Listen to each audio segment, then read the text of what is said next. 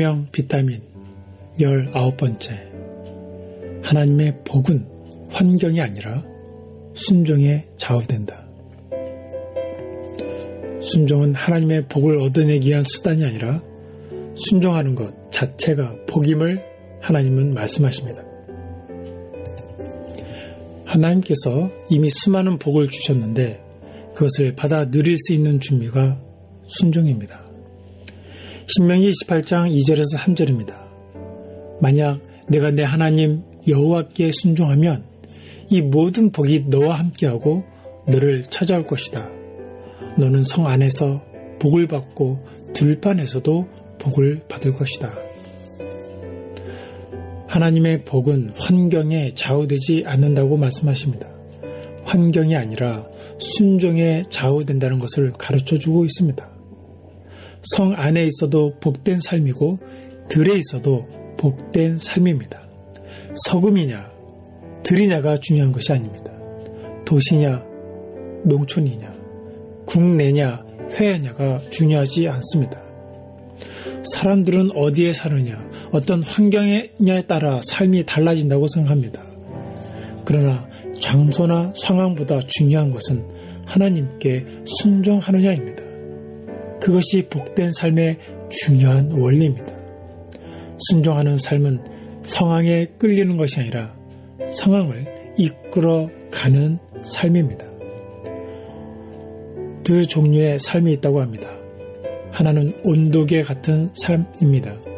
현재 온도가 몇 도라는 것을 수치로 보여주는 삶입니다. 반면 온도 조절기와 같은 삶이 있습니다. 온도 조절기는 온도를 바꿀 수 있습니다. 상황을 변화시킬 수 있는 삶입니다. 광야의 길을 걷게 하신 분이 하나님이시라면 광야는 축복입니다. 광야는 사람이 살 수 없는 땅이요 벌어진 땅이지만 광야는 축복의 땅입니다.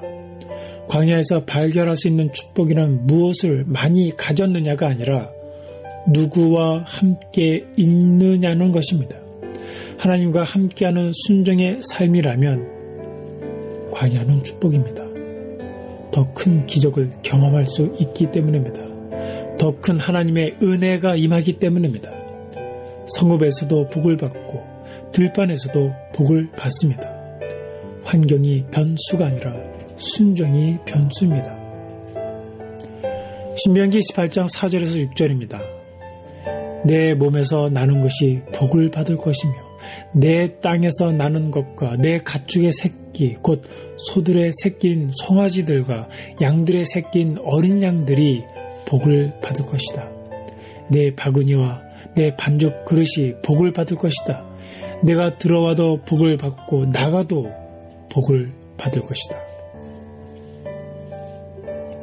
하나님의 복은 어느 한 면에서만 나타나는 것이 아니라 모든 면에서 확장되어 나타나는 겁니다.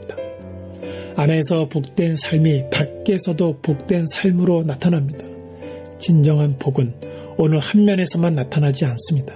자신만이 아니라 자녀에게도, 사람만이 아니라 소유된 동물에게도, 강주리만이 아니라 떡 반죽 그릇에도, 안에서만이 아니라 밖에서도 복을 받는다고 말씀하십니다. 이것은 우리들의 활동 전반을 의미하는 것입니다. 우리 삶이 안에 있든 밖에 있든 하나님의 복은 어느 한 면에만 극한되는 것이 아니라 점점 확장되어 갑니다. 나에게만 머무르는 것이 아니라는 것입니다. 결코 하나님의 복은 머무르지 않습니다. 내 바구니와 내 반죽 그릇이 복을 받을 것이다 라는 말씀은 내 반죽 그릇이 많은 사람들에게 사용된다는 뜻입니다.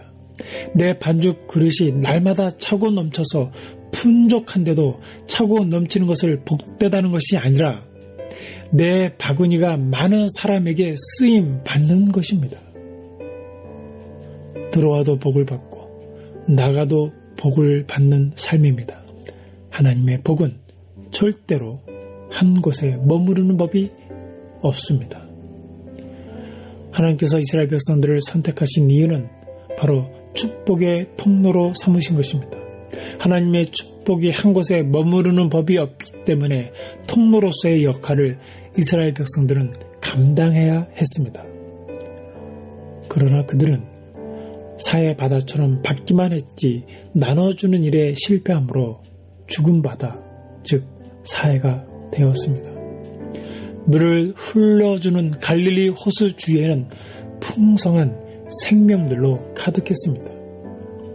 순종은 축복의 통로입니다. 생명의 통로입니다. 나도 살고 너도 살고 우리가 사는 길입니다.